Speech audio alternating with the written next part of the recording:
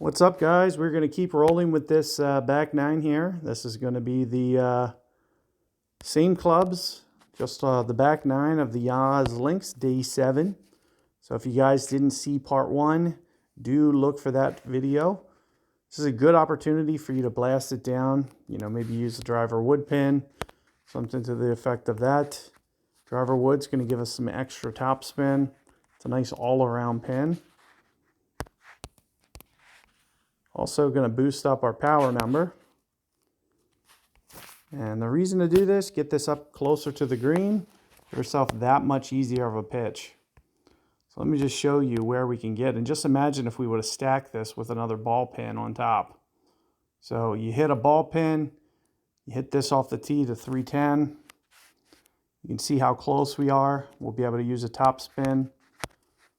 So Atlas, you can see it has its own top spin model. Toggle that on.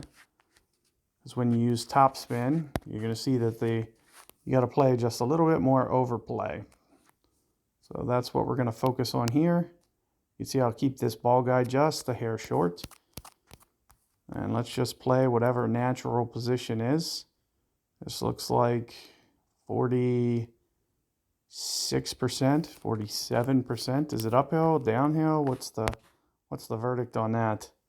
Maybe flat. Let's just play at 46 straight up. See what it looks like. 0.9 rings.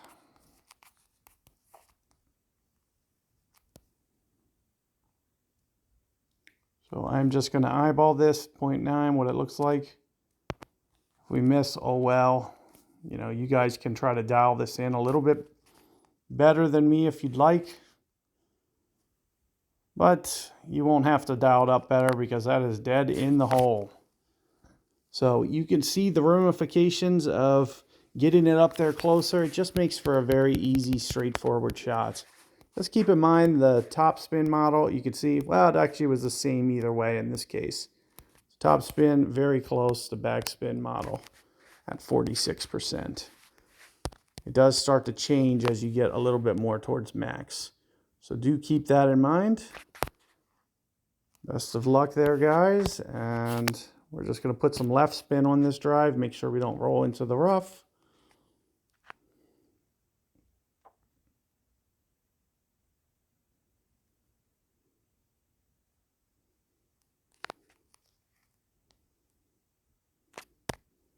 So all things considered, right down the middle. Ooh, a little bit longer than I thought it was going to be. So some really long par 5s on this course.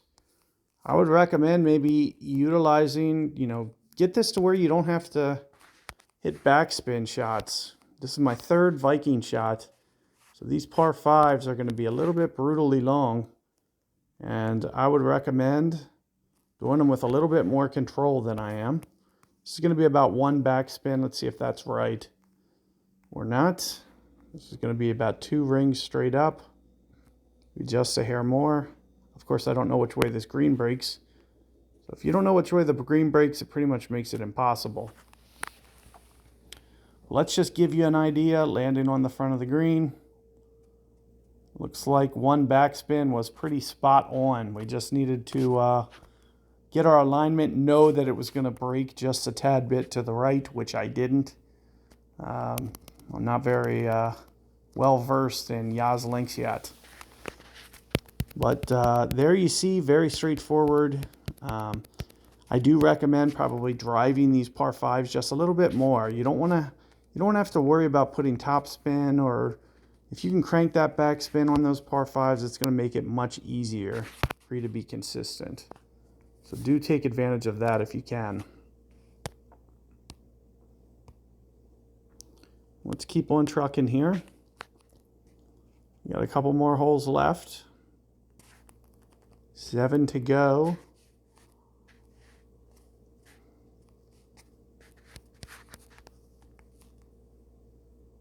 There is max. We're going to be, what's that, 5 for max. It looks like this one's also breaking a bit to the right. With that in mind, I'm going to put 1 left spin. See if we can't try to straighten out that line a little bit. You can see I'm keeping this ball guide intentionally short. And this was what, 3 rings from max, give or take? So we said 4 rings straight up. Let's try that. See if we can get this alignment down.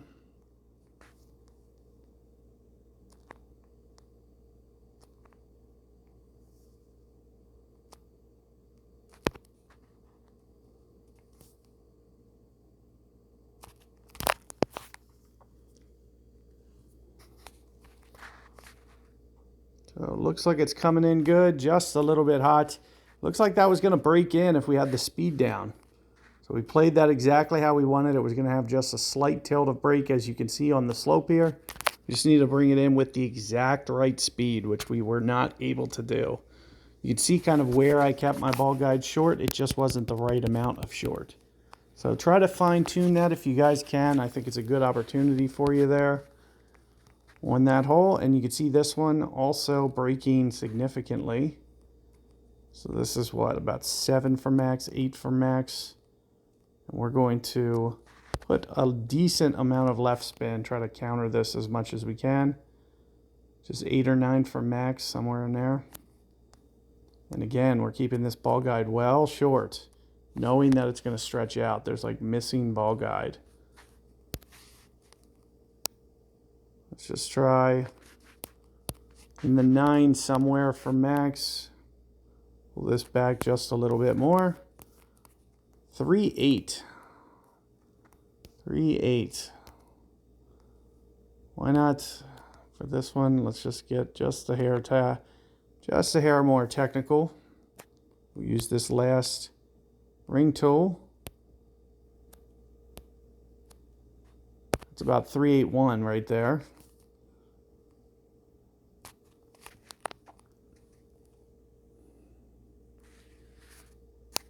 Looks pretty good overall. Whew. Just not able to hold that line. It looks like it landed about where we want. We just need a significant amount of side spin. What did I use? 3 bars, and it still broke right. So to straighten it out, it's going to be close to 4 bars. Looks like my ring adjustment was pretty good. Really good chance that you guys can make that with that type of adjustment. Best of luck there, and we will see you guys on this next one. I'm going to fine-tune this a little bit. See what we can do. It's like 2-2 rings. This looks like a good opportunity to use some things. Use maybe a ball. See if I can. It's a ball pin. And then why not just add just a tad more top spin to it. A little extra 10 or something. Actually, you know, I'm kind of liking this no power shot. I might just bring it in down here and not overpower this. We'll go right around 2 rings. You can see I'm going very light on the power. See if we can just get this to take the slope the way we want it to. All things considered, that looks pretty good. Maybe 20 top spin, no power. 14 some tiebreaker. It's going to make it a little bit easier if you guys can get the high tiebreaker on this one. If you guys do see some guys putting up nice tiebreaker scores, it's probably because they went for this. You might even be able to ace it, honestly.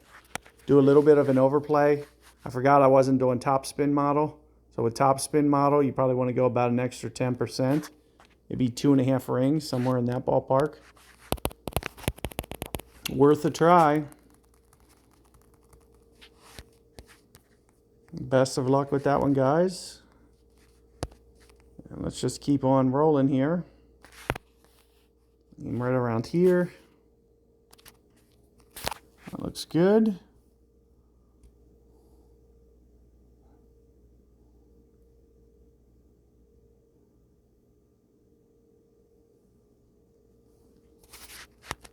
So let's see what we have here. More rattler. Another thing you guys can do is you can kind of intentionally lay up to lightning rod distance for a lot of these if you're not a huge fan of this rattler. bring this in with just a little bit of right spin by the looks of things. What was that, 5 for max? 7 for max? Let's try that, 7 for max.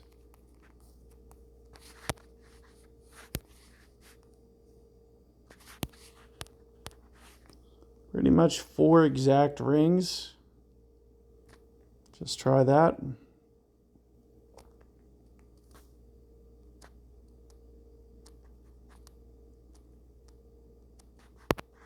That's like a tick mark beyond 4 rings.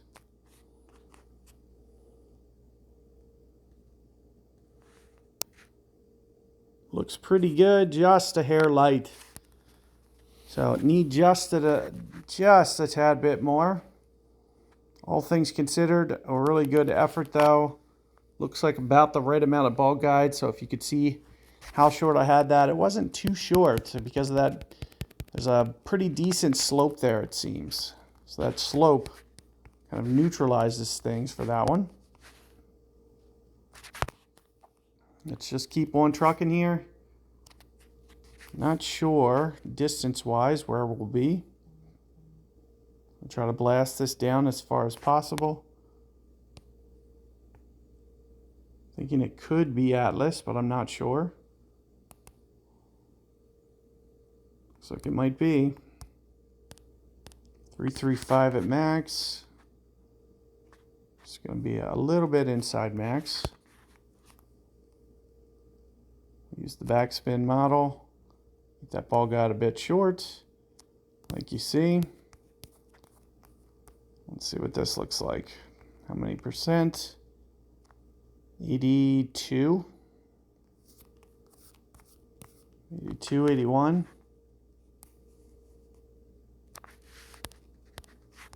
2.6 maybe. Ring adjustment. Try to do this one with a little bit of precision. Very good opportunity, especially once you get the wedge range. Let's go 2.6. That's pretty much spot 2.6. So let's see what that looks like. Coming in nice. There it is, right into the hole. 2.6 on that adjustment.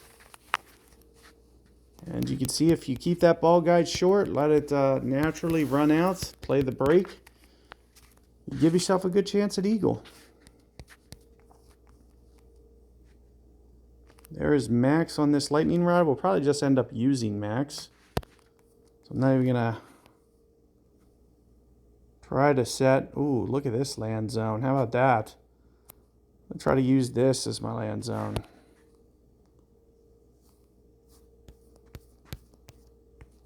We'll just use the max for this. 3.7. 3.7 for a 3.8. Almost 1 per ring.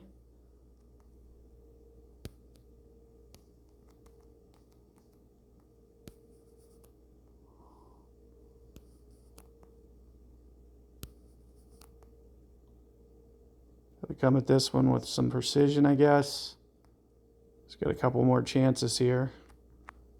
Let's do this.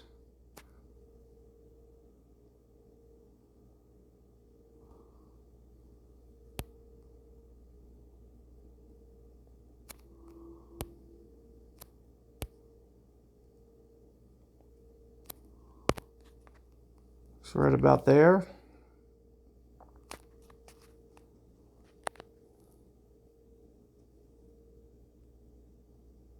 Looks like it's oh, that takes some funky hops.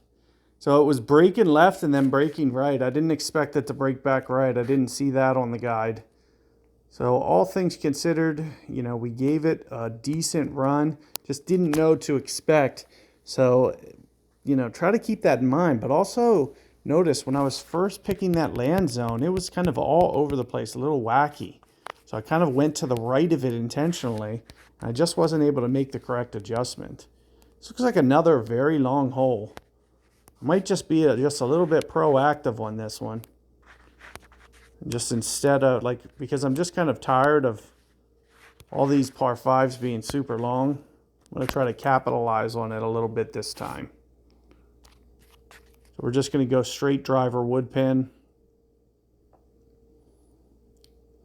Because I, can already sense that this one's going to just be now. Oh no. I rolled it into the rough. So use your guys' practice. Also remember, I just kind of made like a little bit of a rookie mistake. I went driver wood pin. Keep in mind, if I use driver wood, what's going to happen on my approach? What does that mean? It means my accuracy is going to be changed on your wood shot. So since your accuracy is going to be changed, your ring adjustment isn't going to be standard. So whatever this ring adjustment is, whatever it tells you, you're going to need to go more rings than that if you use a driver wood pin. So be cautious there. We're going to try to just hole out from eagle in the fairway, try to salvage our round a little bit. So let's see if we can do that. So I'll set it right around here. We'll use whatever Max says, plus we might go just a little bit more for wind effect. Keep in mind that it's usually a backspin shot when we do this. So 3-2 is probably not going to be enough. We're going to go at least 3-3. Keep it in mind that the wind effect is going to help, especially since we're not using backspin. It's going to just push, and you can see all those bounces. It just kind of keeps rolling out to the right. We almost got it. It rolled right over the right edge of the cup. One tick mark too much, but we also brought it in just a little bit too fast. So you want to try to avoid bringing it in too fast, but try to avoid that error altogether. It sucks to get all the way to 18 there and then mess up on an easy hole. So try your best not to do what I just did there, which is basically like throw that entire round away because of hole 18. So keep that in mind. Keep it in the fairway. That was the only time that I missed the fairway all round. And on top of that, we used that driver wood pin that was going to change our ring value, and I forgot it was going to do that. So you might want to try to avoid a driver wood and just use like a straight power pin or something. So best of luck. Keep in mind that you are playing for the top prizes. You're going to want to try to save those replays. Use those practice pins to your advantage. If you're unsure about a hole, make sure that you go through with a practice attempt. Do the best that you can to get in those top two. You're going to see tons of club cards come in the top two. So huge prizes here. You get good prizes either way. You're getting at least 6 cards. Third place is at least getting 12 of those epics. So still some good stuff to be had here. So best of luck out there, guys. Let me know how your rounds go, and see you guys next time.